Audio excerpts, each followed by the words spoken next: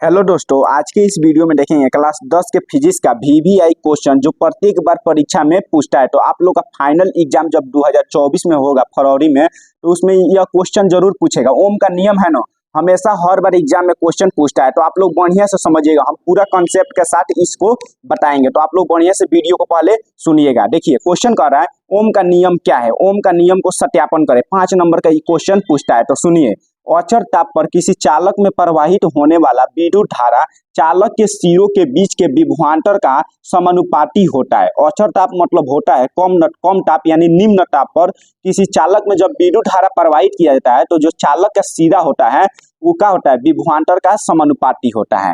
देखिए यहाँ पर माना कि अचर ताप पर प्रवाहित विद्युत धारा आई हो, जैसे धारा हम लोग आई प्रवाहित कर रहे हैं और उनके सिरों के बीच का विभवांतर भी हो। उनके सिरों के बीच का विभवांतर का माने भी और धारा को का माने है आई। धारा हो गया और यह विभवांतर हो गया।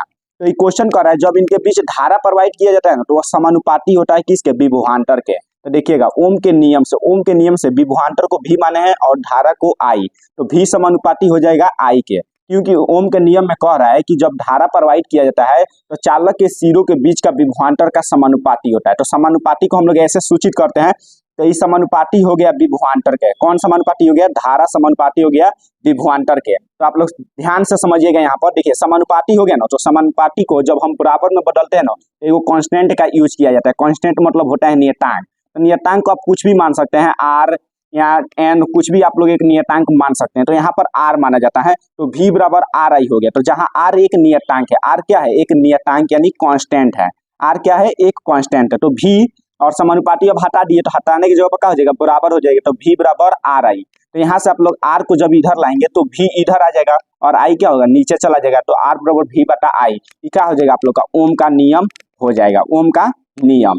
तो देखिए दोस्तों, इसमें कुछ नहीं करना है, बस यहाँ पर धारा को आई मानना है और विभवांतर को भी मानना है। और दोनों समानुपाती है तो भी समानुपाती आई हो जाएगा। और समानुपाती को बराबर में बदलने के लिए वो कांस्टेंट यूज किया जाता है। कांस्टेंट को हम आर मान लिए, तो v बराबर आर आई हो गया है। तो यहाँ से आप लोग का सत्यापन हो जाएगा, आर बराबर v बटा आई जो ओम का नियम है। तो बस आप लोग को अगर क्वेश्चन पूछेगा परीक्षा में 2 नंबर या 5 नंबर का क्वेश्चन पूछता है, ज्यादातर आशा रहता है कि 2 नंबर का ही पूछेगा। तो आप लोग बस इतना ही लिख दीजिएगा, अचर ताप पर किसी चालक में प्रवाहित होने वाला विद्युत धारा चालक के सिरों के बीच के विभवांतर का समानुपाती होता है।